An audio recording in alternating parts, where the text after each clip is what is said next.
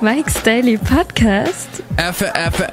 Hey, Carol Allen enjoyed my tweets that I did most recently. Thank you. I guess we're at 1765. And I feel live because it's Friday.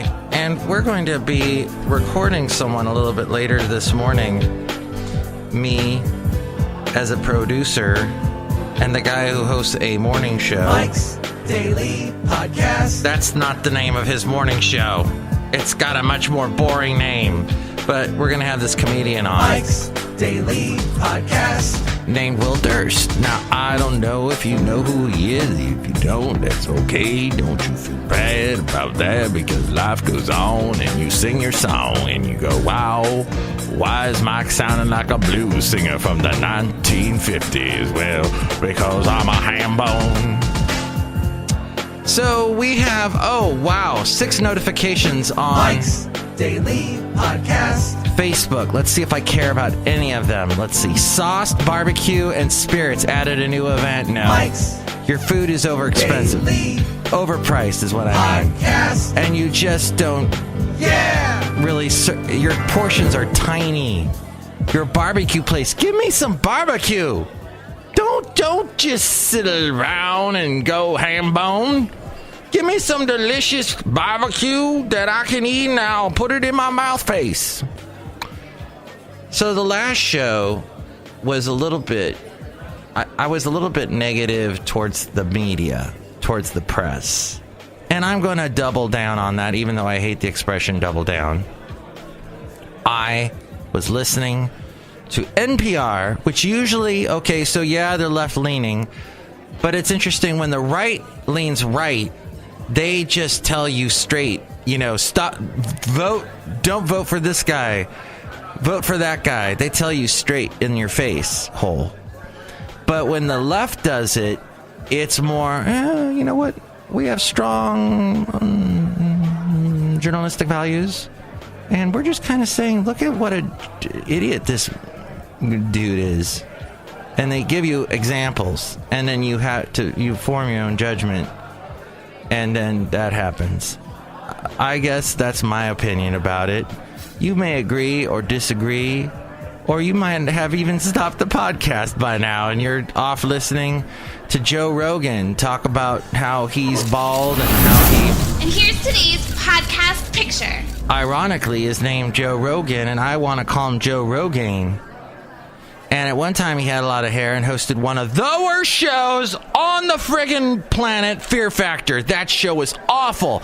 How many times do I need to watch people eat worms or entrails of an octopus? I don't need that.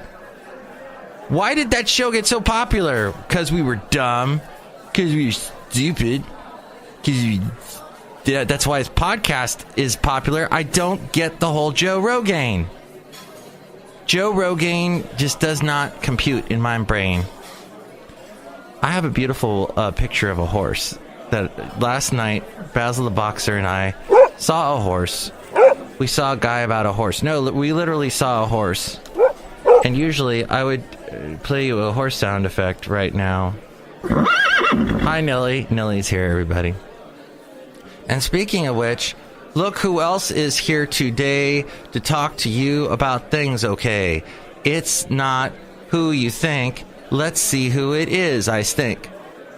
Hi, Mike Matthews. It's Chely Shoehart, gift shop supervisor. No, you smell pretty nice. That's because my girlfriend left over at my place some face lotion, and I put it on my face hole because I'm wrinkled, because I'm 50. I'm 50. I can stretch, and I can kick, and I love it, I love it. I think I'm mixing Molly Shannon metaphors, but look who else is here. Hello, Mike, this is Floyd the Floorman. And this is John Deere, the engineer. We are enjoying your podcast so far today, especially because it's a Friday. I don't like the show. I'm offended. But if you get offended, that's the way the cookie crumbles. No. Thank you, Tommy Smothers of the Smothers Brothers. You know what? That's right, ladies and gentlemen. Fear Factor was on CBS, as was the Smothers Brothers. Oh, wait a minute. Fear Factor was on NBC, wasn't it? Now I don't care anymore. Joe Rogan and point is, there is no point. And I said the stupid expression that I said that I would never say again. So here's what they did. So, as I talk like a millennial. So, all right, before I go back to what incensed me about NPR, National Public Radio, is I must first go and tell you that something else I was listening to. I was listening to a public radio station out of Alabama. I think they call it APBR. Yep. I think they call it Yep. It's called Yep Radio. Yep. And on Yep, they have a wonderful thing called the Winds and Rhythm. Winds and Rhythm. Rhythm and Winds. Winds and Rhythm, something like that. It's some kind of a show that's been on for 20 years. And I'm thinking, oh, God, what am I listening to? But, I turned it on because I was eating a little dinner. And I was blown away, literally, by the horns, the wind instruments playing away. They sounded it was beautiful. And I was, oh my God, am I that old that I find wind instruments? Well, a lot of you played the horn, the trumpet, the tuba back in school in the marching band. And you were good. And you were playing it hot. And then the devil went down to Georgia and challenged you, and you beat him because you're good, and you killed off you killed off. Let's rewind. You killed up Mephistopheles.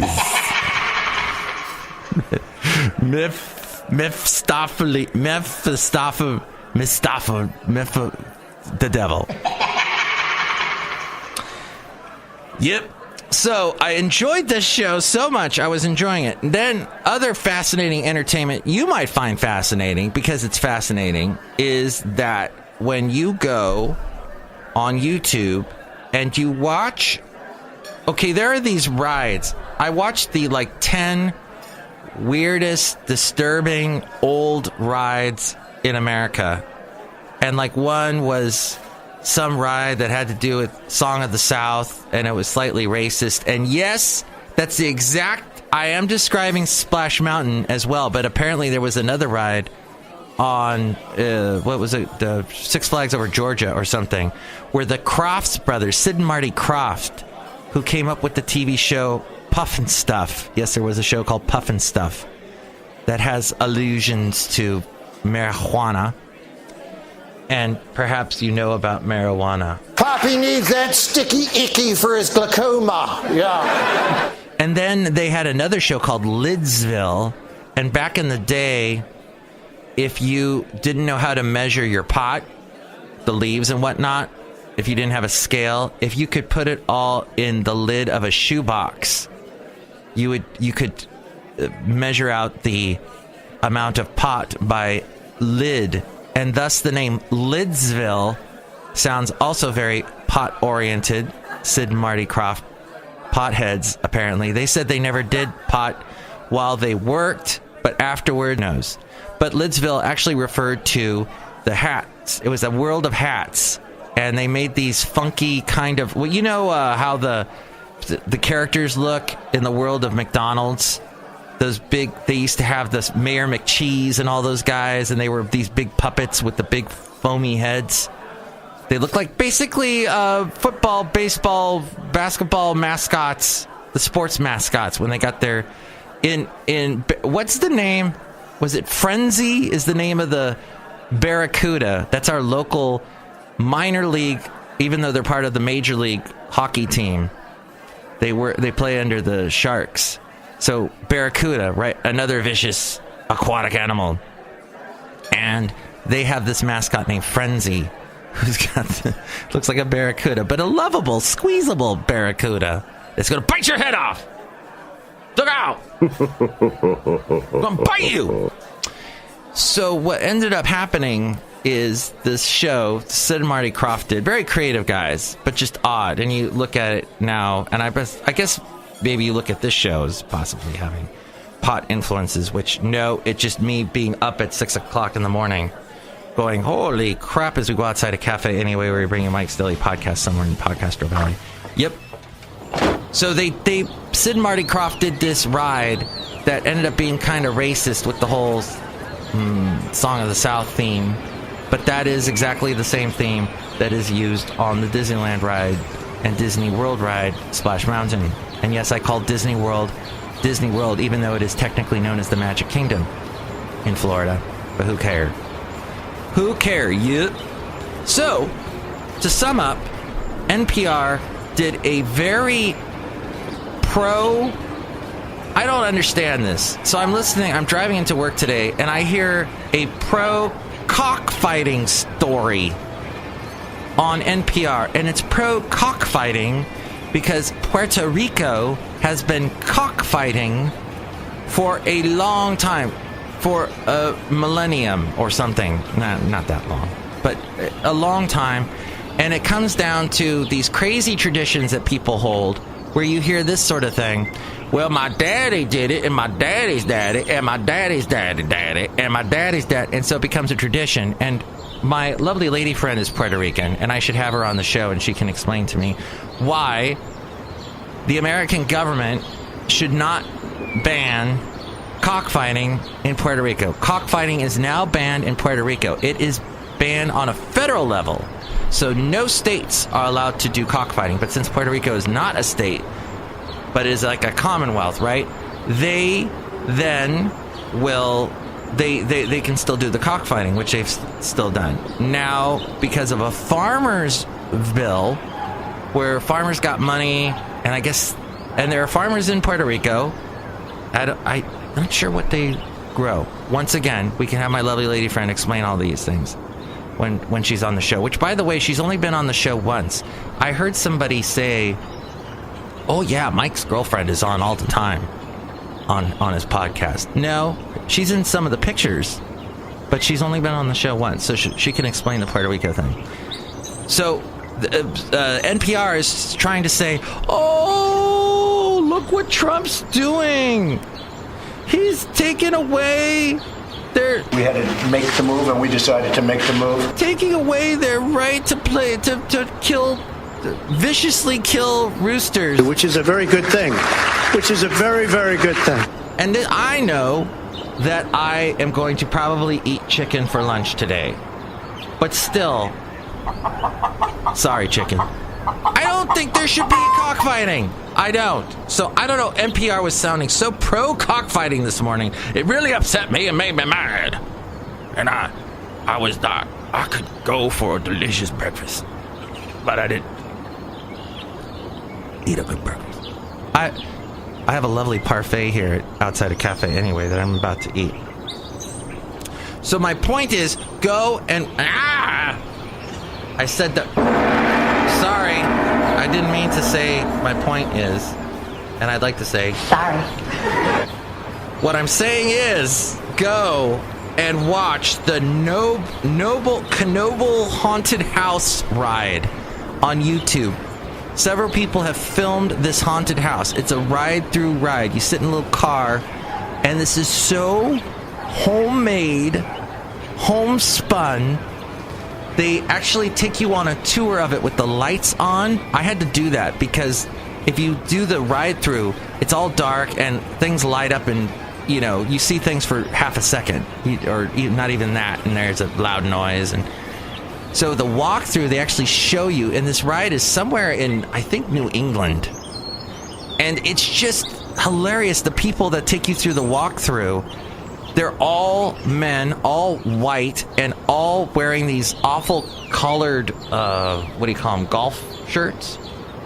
And their stomachs, they got the biggest, all of them got the biggest beer bellies. Even the youngest guy's got a beer belly, big old gut sticking out. I'm like, that can't be good. And everybody on the tour is overweight and rather large. It's enjoyable. Watch this. I think it's so creative how they put these rides together. I guess I'm a big fan of rides. I've always found them fascinating, even as a kid. And I guess this is sort of a ride, this show, isn't it? Because I always take you from the inside a cafe anyway to the outside, as we are here now, out here. And I hope this weekend is a good weekend, and you don't have any porch pirates take any of the stuff on your porch. Don't take my garden gnome. Don't take my well, pumpkin. Did anybody steal your pumpkin this year? What's up out there now? The Santa? Do you have a Santa? Do you have one of those? Yesterday, it's always fun with those inflatable things with the air that pops up, makes all of a sudden you've got this big inflatable Santa, like a jumping room. One of those jumping rooms for the kids, those bounce room. It's a bouncing room Santa is what it is. It just inflates and boom, you've got a Santa. Well, when the wind blows, Santa gets knocked down. And it's very sad for the kids driving by. Oh no, Santa! He's laying down on the ground. Is he drunk again?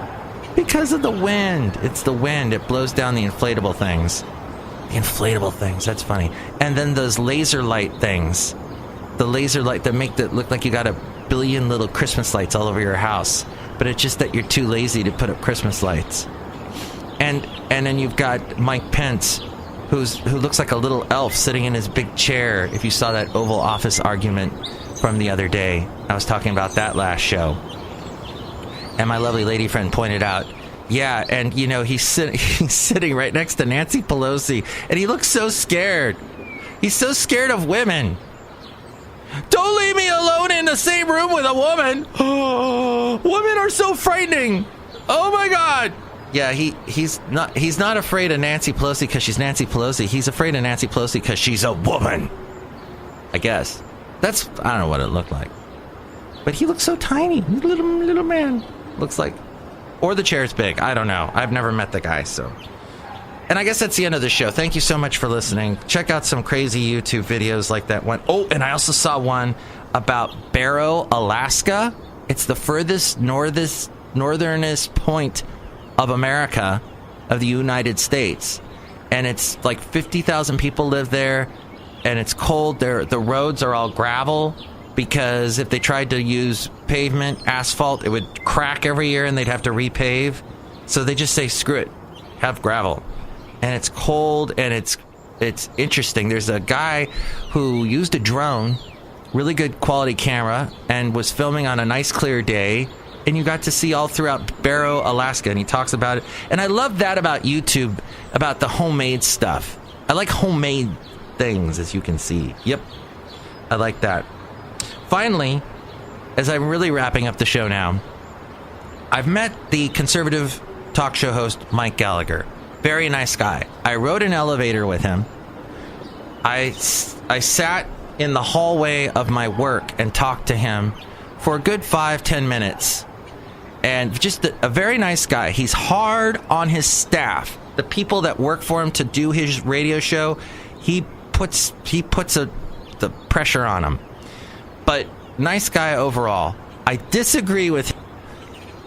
When he talked about yesterday, he was talking about the, what do you call it? The not the portfolio, the dossier. Yeah, you gotta come up with that fancy name. Dossier on Trump. Apparently, there's all this stuff that they found out about him that was originally commissioned by the Republican Party, and then Hillary paid for it. I don't know. It has this odd origins. And most Republicans, most conservatives say that this dossier means nothing. It's fake. So somebody called in to Mike Gallagher's show, and Mike Gallagher and him were chumming it up. They were having a good time. But then all of a sudden this caller said, yeah, and I believe the dossier is real. And Mike Gallagher's like, oh, you do, huh? You do. So you say you do, huh? You do. You think you? And you can tell Mike Gallagher's head is spinning because as soon as any conservative hears dossier, they go, oh, frick. This is where Trump looks bad. Forget about everything else. This is where Trump looks bad. I can't defend Trump now because they brought up the dossier. All I can say is the dossier is fake. Run. The dossier is fake. That's all I can say. And so run, it's fake. So what he says to the guy is, okay, what part of the dossier do you think, are you cherry picking? Are you cherry picking which part you like about the dossier? And the guy was laughing because he goes, Mike Gallagher, you never cherry pick anything? And Mike Gallagher just zipped right through it. And it's true. Most conservative talk show hosts, they got to pick and choose. You got to watch because at some point, when someone talks, like I am talking now, at some point, as I've been talking for 20 minutes now, you end up saying you will be hypocritical at some point. You can't keep the same overall, it's tough to be consistent is what I'm saying. It is not easy. I try as much as I can. I try to be consistent in my thinking and my rationale. But I know at some point I'm going to make a rope and, rhetorically hang myself. But don't really hang yourself. Don't do that. Live, my friend. Enjoy your life. Because it's the weekend, and I hope it's good for you. And next show, we're going to have Benita, the Disgruntled Fiddle Player, and the Brewmaster. Thank you for listening. Don't cherry pick your... Actually, cherry picking is okay, because I like cherries. They're delicious. Okay, thank you for listening. But the show's done. Even with this, I have to give it a little flourish, but it's done. Thank you for listening. Oh, the podcast picture is of a horse, I think. Okay. Mike's Daily Podcast is written and produced and performed by Mike Matthews. His podcast is super easy to find. Download or listen to his show and read his blog at MIKEs-DAILY-PODCAST-1765-Ham. Email Mike now at MIKES-DAILY-PODCAST@gmail.com. See you tomorrow. Bye! Oh, I forgot to mention that tomorrow I am going to be on KKDV. That's right. Saturday afternoon from noon to 6. I'll be playing music, a better mix of music, and that is happening in the East Bay, the Contra Costa County area of the Bay Area. You'll be able to hear the station at 92.1 FM.